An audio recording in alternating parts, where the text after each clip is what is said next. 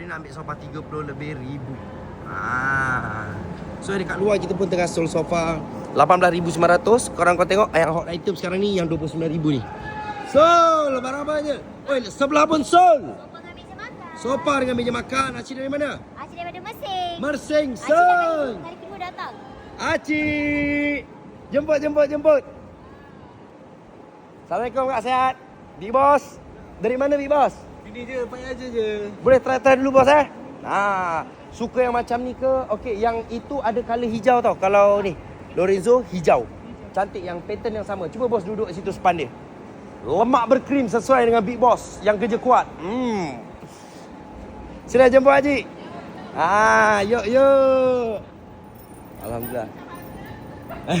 Kalau kat saya tambah barang lagi Haji. Alhamdulillah. Ini adalah gudang Bos Ijan geng. Set 89,000 ni pun dah sold. Alhamdulillah, Allah bagi rezeki. So minta maaf kalau Bos Ijan jarang sangat live sebab memang tak sempat dan barang ni tak cukup geng untuk Bos Ijan buat video ataupun buat apa-apa segala macam ni. Yang paling top sekarang ni yang RM18,999 yang baru turun sold saja. Ini hari ni pun ada beberapa set sold. So apa yang bezanya? Tengok design dia adalah Serbia. Serbia ni dari 2,000 lebih full set. Namun apa?